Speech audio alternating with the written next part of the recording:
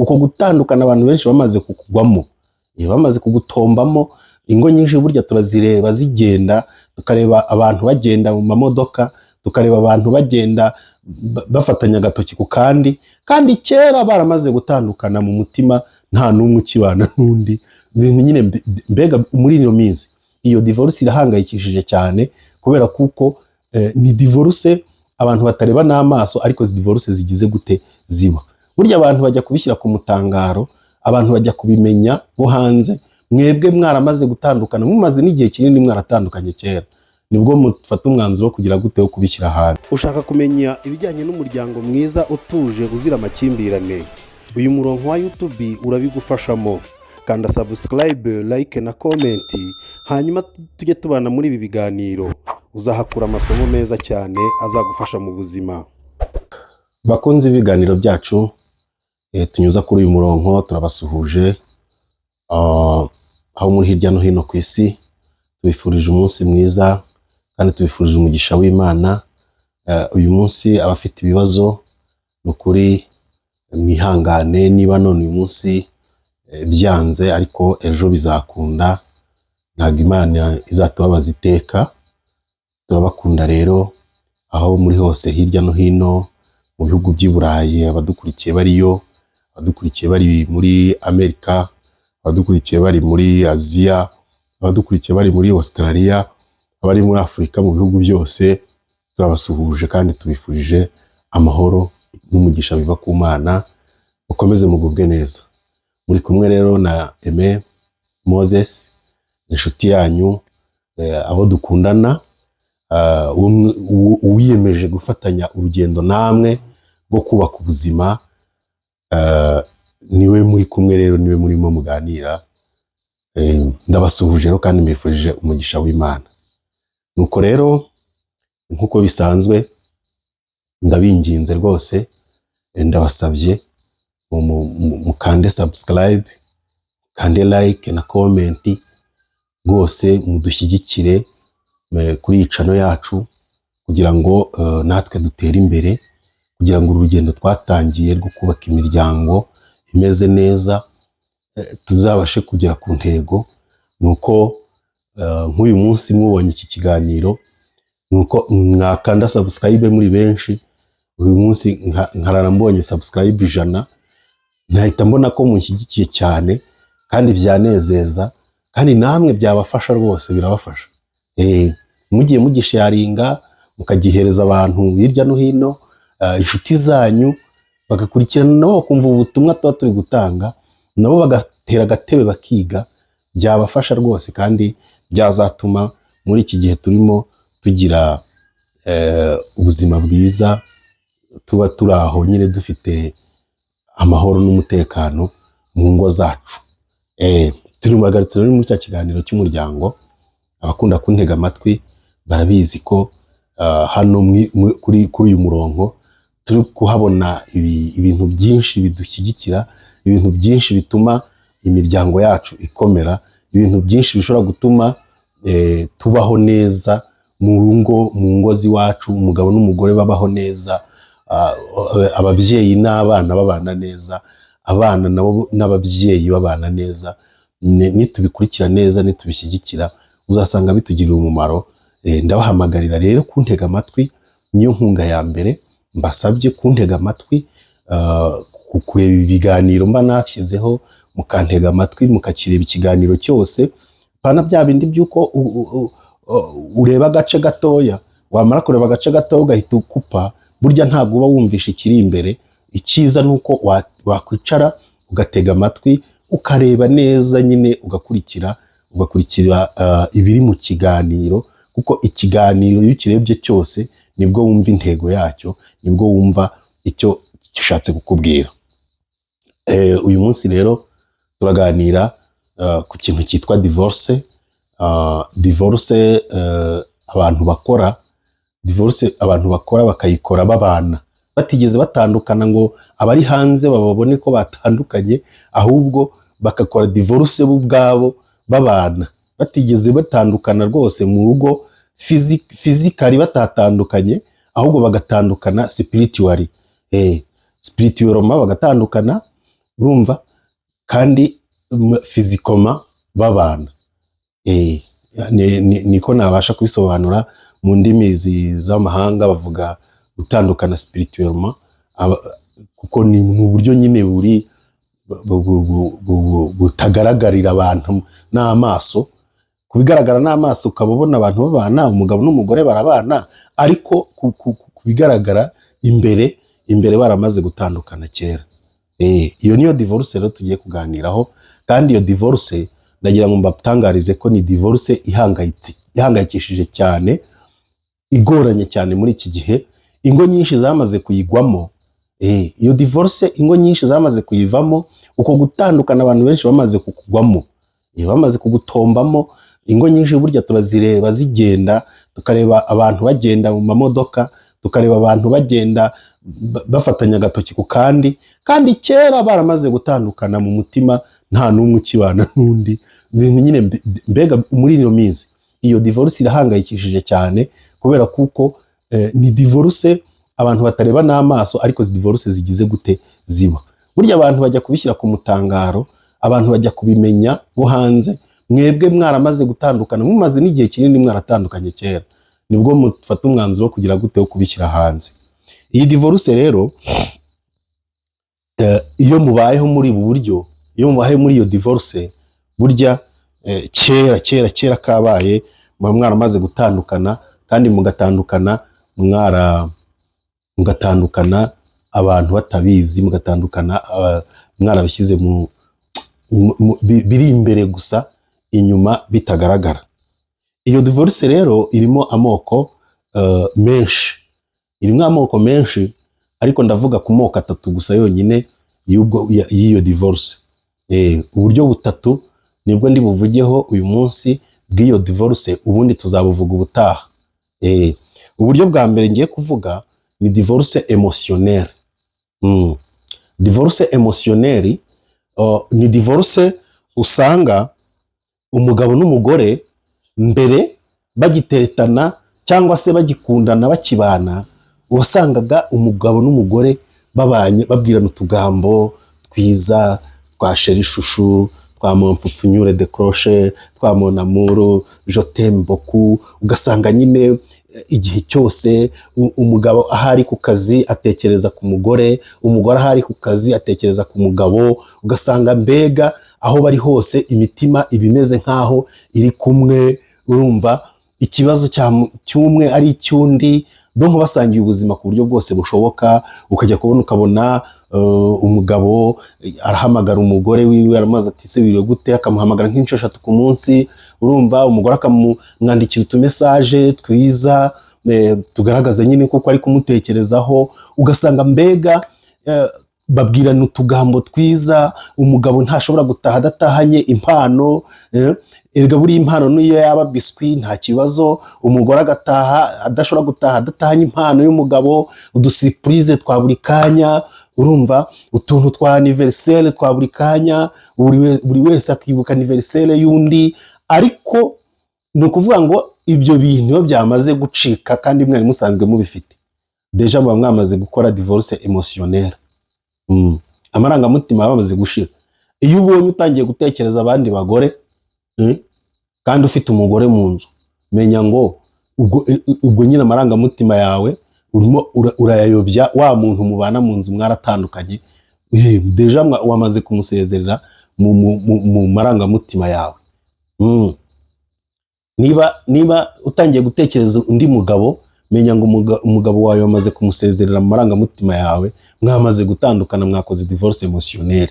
Iyi divorce émotionnelle ucunze neza usanga abantu benshi bayifite. Ucunze neza usanga benshi barayikoze, kuko usanga abantu mbega bagenda, ariko neza umuntu yararambiwe ngo mugenzi we babana, umuntu ari gukenda atekereza ngo ariko se ngo buriya ngo ntabwo nibeshye, ariko se ngo buriya ngo naribeshye gushakana na runaka. Ukabona umuntu ageze kuri urwo rwego rwo gutekereza ko yibeshye, rwo kwicuza ko yibeshye gushakana n'umuntu bashakanye. Urumva iyo ni divorce émotionnelle. Iyo divorce ni émotionnelle, tuvuge ngo abantu bamaze gutandukana émotionnellement, baratandukanye. Baratandukanye ntabwo abo bantu bakibana. Niba ibyo bintu bitakibaho, niba utacyumva watahanira wazanira impano umugore wawe, niba utacyumva wazanira impano umugabo wawe, desha mwaratandukanye. Kandi mbere warazimuzaniraga. Ntabwo impano iba nini, ntabwo ari ibintu bihambaye uzitwaza. Akantu kose wazana burya gashobora kunezeza umugore wawe, akantu kose wazana gashobora kunezeza umugabo wawe. Nubwo yaba bombo, nubwo yaba bombo, nubwo yaba biswi, iramunezeza, bigaragaza ko aho uri hose ugize gute, uri kumutekereza. Ariko niba ibyo byararangiye, wamaze gukora divorce emotionnelle. Nuko divorce emotionnelle imeze, nuko nguko abantu batandukanye kandi babana, batandukanye emotionnellement kandi bagize gute, babana. Noneho tugiye kuvuga noneho kuri divorce ya kabiri. Ndavuga kuri divorce bita financière.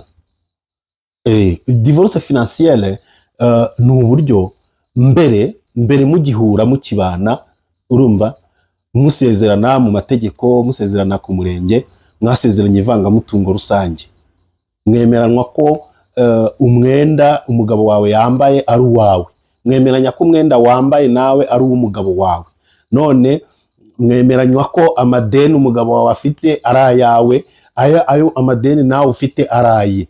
Mwemeranywa ko mugiye gusangira ibibazo, ngo muzabana mu bibi no mu byiza, ngo mukazatandukanwa n'urupfu cyangwa Kristo agize gute, agarutse. Niko iyo ndahiro ibivuga. No mu rusengero mugiye mukarahira, mukamanika ikiganza, mukemeranywa ko ibyo bintu bigize gute, ari uko nguko mugiye kubikora. Inyamara iyo hashize iminsi mugatandukana, urumva, financièrement kandi mubana mutangira mwari muhuje byose, mwafataga byose, mugakorera byose hamwe. Umuntu akaba afite umutungo w'umugore wawe akaba ari uwawe, umutungo w'umugabo wawe akaba ari uwawe. None uyu munsi mwamaze gutandukanya imitungo. Umugore afite umutungo we, umugabo adashobora kumenya, afite amafaranga hariya ku ruhande, umugabo adashobora kumenya. Umugabo nawe afite umutungo we, umugore adashobora kumenya, afite ukuntu akoresha amafaranga ye, umugore atabasha kumenya. Noneho hari konti umugabo wawe afite wowe utazi, hari konti umugore wawe agize gute afite wowe utazi. Donc ni ukuvuga ngo buri wese afite ibye n'undi afite ibye. Hari igihe noneho ugira gutyo ugasanga hari umwe muri bo ufite ibiruti by'undi, urumva. Noneho yaba afite ibiruti by'undi, akumva ari ugomba kuba umuyobozi, akaba ari ugomba kuba akaraha kajya, akumva mugenzi we agomba kumupfukamira, agomba gukambakamba. Deja kira mwamaze gukora divorce financière. Financièrement mwaratandukanye kuko imitungo ntago mwayivanze, mwaherutse mubivuga ku murenge, mwaherutse mubivuga mu rusengero, ariko mwaratandukanye. Nubwo abantu babareba bakabona mubana, ariko mwaratandukanye. Ni gute se umugabo n'umugore bagira imitungo itandukanye barasezeranye ivangamutungo rusange? Ni gute wa mugabo we ugira amafaranga yawe umugore wawe atazi, kandi mwaravanze ivangamutungo rusange? Ni gute umugore wakubaza akazi ukora ukaba utabasha kumubwira akazi ukora, umugore adashobora kumenya umushahara uhembwa? Ni gute umugore adashobora kumenya amadeni ufite akazayamenya ngo ari uko wapfuye ku kiriyo cyawe? Ese ibyo bintu nibyo? Deja mwamaze kuvangura umutungo. Ubwo nyine niba umugore afite umutungo we nawe ukaba ufite uwawe, mwamaze gukora divorce financière. Financièrement mwaratandukanye. Kabone nubwo abantu babona mugenda mufatanya agatoki mu muhanda mujijisha abantu kuko mubanye neza, ariko mwaratandukanye. Financièrement mwaratandukanye. Mwaratandukanye. Ikiba gisigaye ni ukubyereka abantu, naho ubundi mwaratandukanye. None se niba ufite konti zawe ubitseho amafaranga hariya mugenzi wawe atazi, ubwo uravuga ko ubwo muntu mubana koko? Ubwo muntu murabana? Niba ufite amafaranga ari ku makonti, niba ufite amafaranga anyegeje ahantu, niba ufite amafaranga wagujije abantu, uwo mubana ntabyo azi, nta kintu nawe ntacyo azi. Hari n'abantu babaho ibyo ngibyo batabyitaho. Hari n'abantu babaho ibyo ngibyo batabyitaho, ukabona umugore ntiyita ku byo umugabo akora, urumva, ukabona umugabo ntiyita ku byo umugore akora, urumva, ugasanga nyine buri wese n'inyamwigendaho ku rwe ruhande. hari n'abandi usanga rwose wenda umugabo yajya kumubaza ati bimeze bite akamusimbukana. Umugore yajya kukubaza ngo bimeze bite ku bijyanye n'umutungo ukamusimbukana. None se ko musezerana mwasezeranye ivangamutungo, ubwo urumva umuntu mukibanye finansiyeroma murabanye, ntabwo mu mitungo ntabwo mubanye. Teje abantu bamaze gutandukana ntabwo bakibana, ntabwo bakibana. Ubundi niba umugabo wawe, niba umugore wawe azamenya ko hari amafaranga wari ufite ari uko bagufunze, utangiye kumubwira ngo ugende ngo ujye hanaha ngo murahabona amafaranga, kubera iki se yakagombye kuba yiza ahubwo akagufasha mbere yuko ugira gute bagufunga. Niba umugabo azamenya umutungo wawe kubera ko bagufunze cyangwa kubera ko hari ikibazo cyavutse, ibyo bintu abantu ubwo deja mwamaze gutandukana finansiyeroma. Nubwo abantu babareba mugenda ariko mwamaze kugira gute gutandukana. Divorce ya gatatu ni divorce psychologique. Divorce psychologique, abantu basigaye batandukana psychologically. Muri divorce niho usanga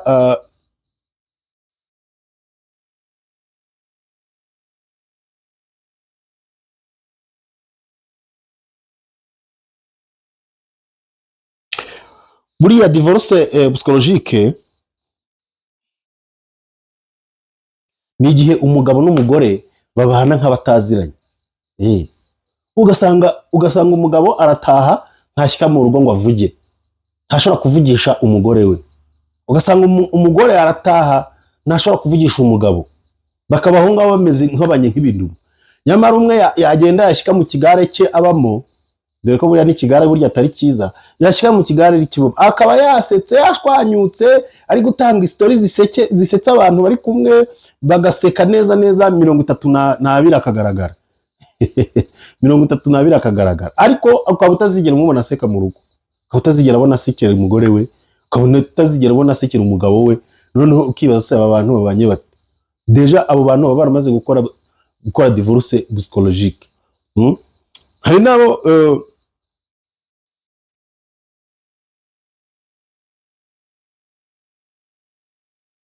urumva, ugasanga rimwe na rimwe abo bantu babanye nk'ibisanamu byo ku kiliziya cy'abakatolike.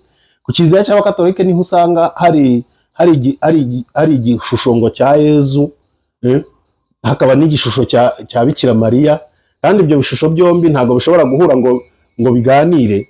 Urumva, ntibishobora guhura ngo bisuhuzanye, kimwe kiri hariya ikindi kiri hariya kitavugisha ikindi. Mu by'ukuri ku nsengero z'abakatolike niho tujya dusanga bene ibyo ngibyo, ariko ugasanga n'abantu bazima bahumuye ku mwuka w'abazima babanye gutyo, deja bamaze gukora divorce psychologique.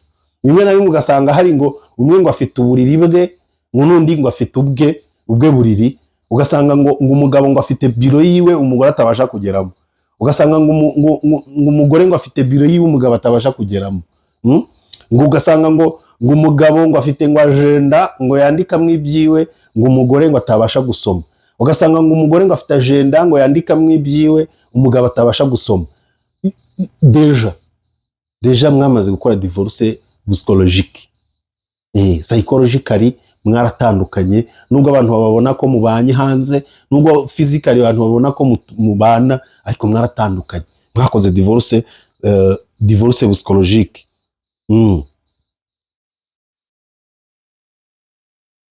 Reka rero noneho ibyo ngibyo rero bigeze muri ntuza mu ngo zitwa ngo ni iz'abakirisitu, usanga ibintu byarakomeye. Ugasanga umuntu n'umushumba, aba intama yageze ku rusengero, yashyika mu rugo akaba intare,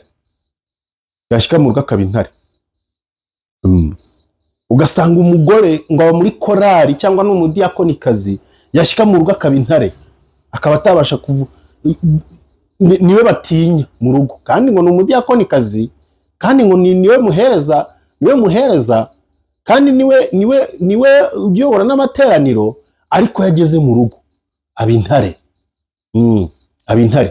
Hari umugore umwe yigeze ngo afata ibintu byose bari batunze mu rugo, intebe, amakabati, ibitanda, amabido, ibintu byose nyine bari batunze mu rugo, arabipakira nyine mu modoka nk'uwimutse. Arangije imodoka aragenda, abwira umushoferi bati tugende. Umushoferi aramutwara no ku rusengero ati ba.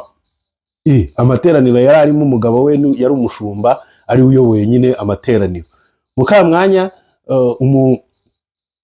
abakristu n'abadiyakoni bamubonye, se madamu pasiteri bigenze bite ko kuzanye ibintu, ati njyewe ndashaka umugabo wanjye, nimumunzanire umugabo wanjye ndamushaka. Umugabo nyine yari ayoboye amateraniro, ahanga ati rero madamu wawe nguyu yaje ngo ari kugushaka.